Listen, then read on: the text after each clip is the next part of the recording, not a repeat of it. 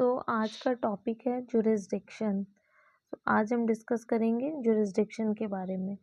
Jurisdiction का मतलब क्या होता है, आप ये जान लो कि इंडिया में कोई भी कोर्ट किसी भी टाइप के केस को नहीं सुन सकता। कौन सा केस किस कोर्ट में जाएगा, कौन सी कोर्ट किस केस को सुन सकता है, ये सब डिसाइड होता है जुरिस्डिक्शन पे। जुरिस्डिक्शन के बेस पे डिसाइड किया जाता है कौन सा केस कहाँ जाएगा। जुरिस्डिक्शन का मीनिंग क्या होता है? किसी केस को सुनकर उस पर डिसीजन देने की लीगल अथॉरिटी को ही हम जुरिस्डिक्शन कहते हैं। Jurisdiction means legal authority to give decision in any case. Okay, jurisdiction कितने टाइप्स के होते हैं? जुरिस्डिक्शन 6 टाइप के होते हैं। एक territorial jurisdiction, subject matter jurisdiction, original jurisdiction, appellate jurisdiction, pecuniary jurisdiction, advisory jurisdiction. One by one मैं सारे जुरिस्डिक्शन को डिस्कस करूंगी। जुरिस्डिक्शन भी डिफरेंट फैक्टर पर डिपेंड होते हैं। हमारे यहाँ डिफरेंट टाइप के जुरिस्डिक्शन है। मैं आपको सारे जुरिस्डिक्शन के बारे में बता दी कि 6 तरह के जुरिस्डिक्शन होते हैं। वन बाय वन में एक एक जुरिस्डिक्शन को डिस्कस करूंगी। फर्स्ट में मैं डिस्कस करती हूँ टेरिटोरियल जुरिस्डिक्शन। टेरिटोरियल जुरिस्डिक्शन में क्या होता है? मीन्स टेरिटोरियल मतलब आप ये जान लो कि जिस जगह पे क्राइम कमिट किया गया है, ठीक है, जिस जगह पे क्राइम कमिट किया गया है उस लोकेशन के हिसाब से कोर्ट का जुरिस्डिक्शन डिसाइड होगा। ठीक है, जैसे मान लो एग्जाम्पल के लिए फैमिली डिस्प्यूट की अगर हम बात करते हैं, फैमिली डिस्प्यूट की अगर बात करते हैं तो फैमिली डिस्प्यूट में क्या क्या आते हैं? जैसे मैट्रिमोनियल हो गया, मेंटेनेंस के केस हो गए, या चाइल्ड मैरिज के, चाइल्ड कस्टडी हो गया, डाइवोर्स मैटर हो गया। तो जिस जगह पर पार्टी लोकेटेड होती है या जहाँ शादी संपन्न हुई होती है उसी जगह पे, उसी एरिया के कोर्ट पर जुरिस्डिक्शन आता है, वहीं आप केस फाइल कर सकते हैं। ठीक है, सेम ऐसा प्रॉपर्टी डिस्प्यूट में भी होता है। जैसे कि मान लो अगर मुंबई में कोई प्रॉपर्टी है, ठीक है, मुंबई में कोई प्रॉपर्टी डिस्प्यूट हुआ है, उसका केस आप कोलकाता जाके तो फाइल नहीं करोगे ना, उसका केस कोलकाता में तो फाइल नहीं होगा, या कोलकाता में उसके केस की सुनवाई नहीं होगी। उसका केस कहाँ पे जाएगा? तो प्रॉपर्टी जहाँ लोकेटेड है उसके लोकेशन के हिसाब से जुरिस्डिक्शन डिसाइड होता है। वन मोर एग्जांपल मैं आपको क्रिमिनल केस का देती हूँ।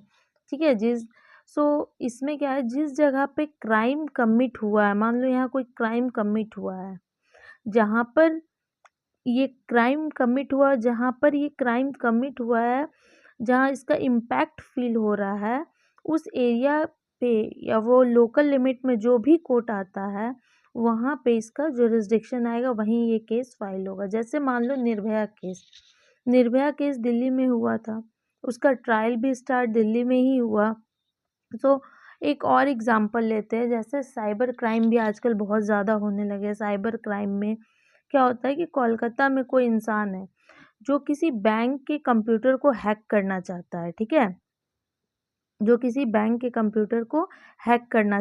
ठीक है, तो इसमें क्या हुआ, करना चाह रहा है, जिसका सर्वर कहाँ लोकेटेड है, मान लो वो दिल्ली में ही लोकेटेड है। ठीक है, तो अब ये कंफ्यूजन होगा कि इसका जुरिस्डिक्शन कहाँ आएगा, कोलकाता में आएगा या दिल्ली में आएगा।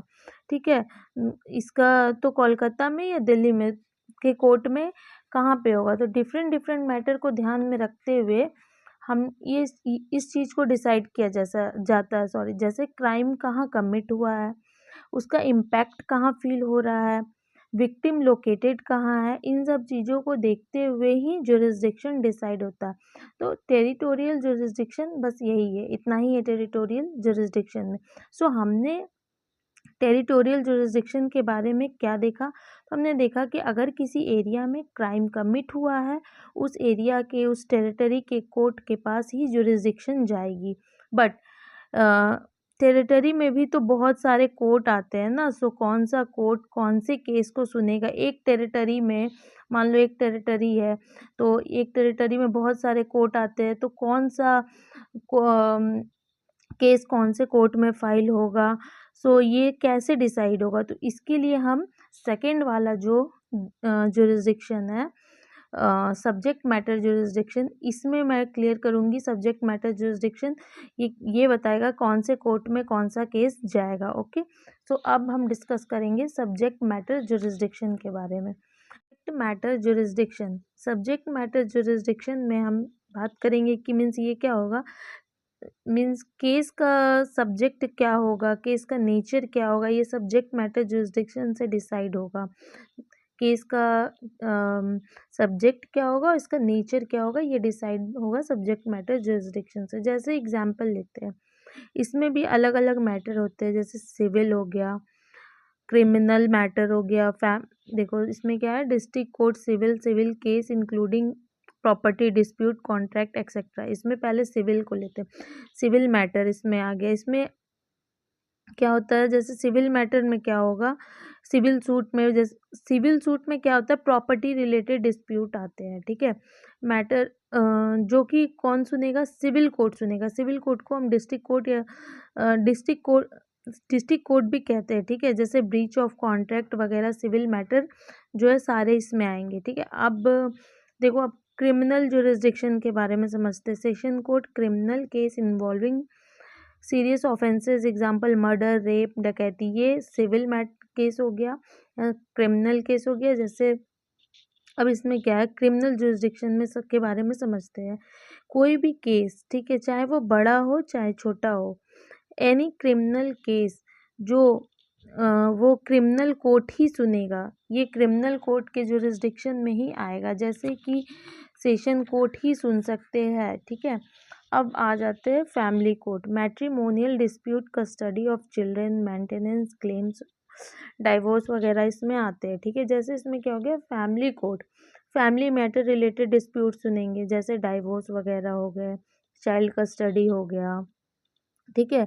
तो ये फैमिली कोर्ट ही सुनेंगे। अब administrative tribunal, tribunal court, promotion, transfer for pension, dispute related to requirement, service condition, ये जो भी है ये ट्रिब्यूनल को एडमिनिस्ट्रेटिव ट्रिब्यूनल कोर्ट में जाएंगे। जैसे क्या हो गया इसमें, अब अगर कोई केस जैसे गवर्नमेंट एम्प्लॉय का, गवर्नमेंट रिलेटेड हो, जैसे पेंशन से रिलेटेड हो, सर्विस से रिलेटेड हो, वो इंडिया के एडमिनिस्ट्रेटिव ट्रिब्यूनल ही सुनते हैं, ठीक है। इसमें इनकम टैक्स से रिलेटेड भी डिस्प्यूट आते हैं, जो इनकम टैक्स अपील ट्रिब्यूनल के पास ही जाता है, ठीक है। जैसे इनकम टैक्स से रिलेटेड भी इसमें केस आ जाता है, जो अपीलेट ट्रिब्यूनल के पास जाता है। इशू लाइक इसमें इनकम असेसमेंट वगैरह इसमें आते हैं। सो इससे ये क्या पता चलता है आपको कि एक सिविल कोर्ट क्रिमिनल केस नहीं सुन सकता और क्रिमिनल कोर्ट सिविल केसेस नहीं सुन सकता, ठीक है। Family court civil case criminal cases नहीं सुन सकता। तो सारे के jurisdiction according to subject matter decide हो, सब्जेक्ट मैटर डिसाइड होते हैं। सो कौन सी कोर्ट क्या सुनेंगी, ये सब्जेक्ट मैटर के थ्रू डिसाइड किया जाता है। इसमें जैसे criminal court family and land dispute नहीं सुन सकता, तो सबके डिपार्टमेंट अलग है, सब कोर्ट को की जुरिस्डिक्शन सब्जेक्ट मैटर के अकॉर्डिंग डिसाइड होती है। तो सब्जेक्ट मैटर जुरिस्डिक्शन में हम यही पढ़ेंगे। तो अब हम देखते हैं थर्ड पॉइंट हमारा क्या है, ओरिजिनल जुरिस्डिक्शन। तो ओरिजिनल जुरिस्डिक्शन, तो ओरिजिनल जुरिस्डिक्शन में क्या है कि किसी भी कोर्ट को लीगल अथॉरिटी, वो किसी भी केस को पहली बार फॉर द फर्स्ट टाइम वही कोर्ट ही सुनेगा, ठीक है। उस केस के जो भी फैक्ट्स होंगे, एविडेंसेस होंगे, लीगल इशू होंगी, डायरेक्टली वही वही कोर्ट ही सुनेगा। मतलब आप सेम कोर्ट में ही केस फाइल कर रहे, जो वही कोर्ट ही, सेम कोर्ट ही सब कुछ सुन रहा है। यही है ओरिजिनल जुरिस्डिक्शन। इसमें ज़रूरी नहीं है कि केसेस जो है लोअर से हायर कोर्ट में जाए, ठीक है। डायरेक्ट हायर कोर्ट में भी केस जाएगा, ऐसा जा सकता है। जैसे अलग अलग केसेस में अलग अलग कोर्ट के पास ओरिजिनल जुरिस्डिक्शन होती है। जैसे अब हम सुप्रीम कोर्ट की ले लें फॉर एन एग्जांपल, ठीक है। तो एक है कि when does supreme court have original jurisdiction, supreme court के पास ओरिजिनल जुरिस्डिक्शन कब होता है, ठीक है। तो अगर किन्हीं दो स्टेट के बीच क्या centre state dispute between government of India and one of और मोर स्टेट, बिटवीन टू और more states, between the government of India and a state on one side and other states on the other side, ठीक है। सो ये क्या कहता है, अगर किन्हीं दो स्टेट के बीच में डिस्प्यूट हो रहा है या गवर्नमेंट ऑफ इंडिया एक साइड पे और कोई एक साइड पे मल्टीपल स्टेट्स अदर साइड पे हो, तो इन सर्कमस्टांसेस में जो भी डिस्प्यूट होते वो केसेस कौन सुनेगा, ओरिजिनल जुरिस्डिक्शन के तहत सुप्रीम कोर्ट के पास पावर होगी इसके वो डायरेक्ट यहाँ पे ये सुप्रीम कोर्ट के पास ये केसेस जाएंगे, ठीक है। इन मैटर में सुप्रीम कोर्ट ही सुनेगा। फिर और क्या मैटर हो सकते हैं जहाँ पे सुप्रीम कोर्ट ही के पास ओरिजिनल जुरिस्डिक्शन है, interpretation of the constitution. So constitution के इंटरप्रिटेशन की बात हो तो वो केस भी डायरेक्ट सुप्रीम कोर्ट के पास ही जाएगा। फिर जैसे मान लो प्रेसिडेंट या वाइस प्रेसिडेंट के इलेक्शन की को लेकर कोई डिस्प्यूट हो जाए तो वो केसेस भी सुप्रीम कोर्ट ही जाएंगे। इसके अलावा फंडामेंटल राइट के वायलेशन की बात हो, ठीक है, फंडामेंटल राइट के वायलेशन की बात हो तो ये केस भी सुप्रीम कोर्ट में ही जाएंगे। तो कब, व्हेन आर्टिकल 32 के अंदर ये केसेस जो है वो सुप्रीम कोर्ट के पास ओरिजिनल जुरिस्डिक्शन के तहत जाएंगे। तो इसमें है, अगर मान लो इसमें ये आर्टिकल 32 के तहत हम रीट फाइल कर सकते हैं। सो रीट के लिए एक सेपरेट वीडियो मैं अलग से बनाऊंगी, बट इसमें एक थोड़ी सी मैं आपको जानकारी दे देती हूँ कि जैसे इसमें क्या है कि अगर कोई पब्लिक ऑफिसर इसमें रीट जो है ये 5 टाइप्स के होते हैं, 1 2 3 4, एक मैंडेमस, क्वो वारंटो, हैबियस कॉर्पस, सेसेलरी, प्रोहिबिशन, ठीक है, प्रोहिबिशन।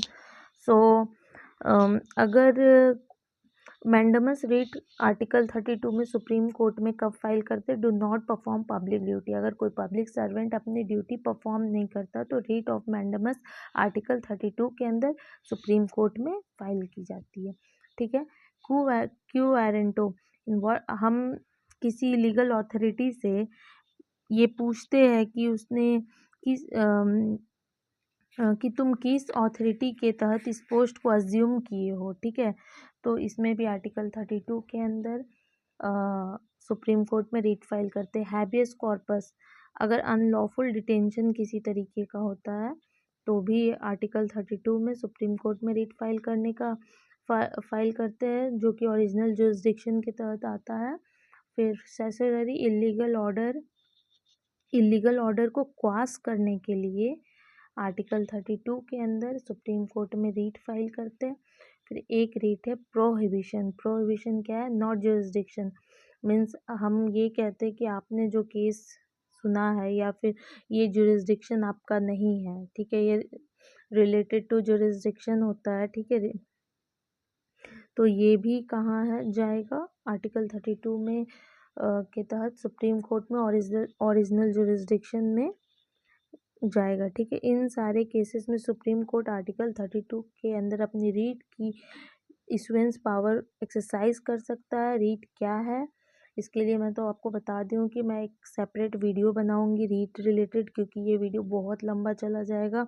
ये एक रीट ही अपने आप में बहुत बड़ा चैप्टर है, इसको आप वॉच करने के लिए आप मेरी नेक्स्ट वीडियो देखना रीट रिलेटेड। सो अब मैं यही आपका बेसिकली ओरिजिनल जुरिस्डिक्शन में सुप्रीम कोर्ट की पावर अब आपने समझी। अब मैं हाई कोर्ट के बारे में बताती हूँ कि हाई कोर्ट अब ये क्वेश्चन उठता है अब ये कि हाई कोर्ट किन केस में अपनी पावर एक्सरसाइज करेगा, हाई कोर्ट के पास ओरिजिनल जुरिस्डिक्शन कब होगी। तो सुप्रीम कोर्ट की तरह हाई कोर्ट के पास भी आर्टिकल 226 के तहत फंडामेंटल राइट के वायलेशन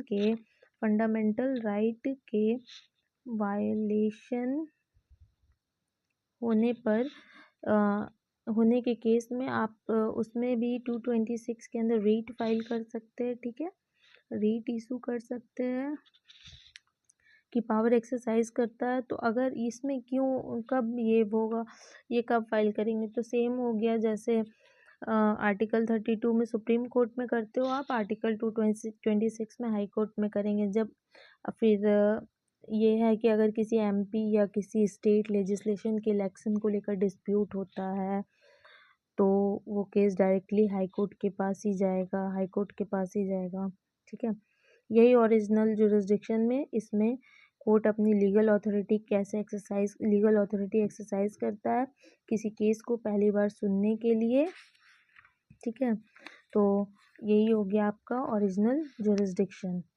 जुरिस्डिक्शन के आगे के पार्ट मैं नेक्स्ट वीडियो में डालूंगी क्योंकि ये वीडियो काफ़ी लंबा चला जाएगा। जो बाकी के टाइप्स बचे हुए हैं वो मैं नेक्स्ट वीडियो में आपको डाल दूंगी। आप वो नेक्स्ट वीडियो देखना तो आपको जो total types of jurisdiction clear हो जाएगा।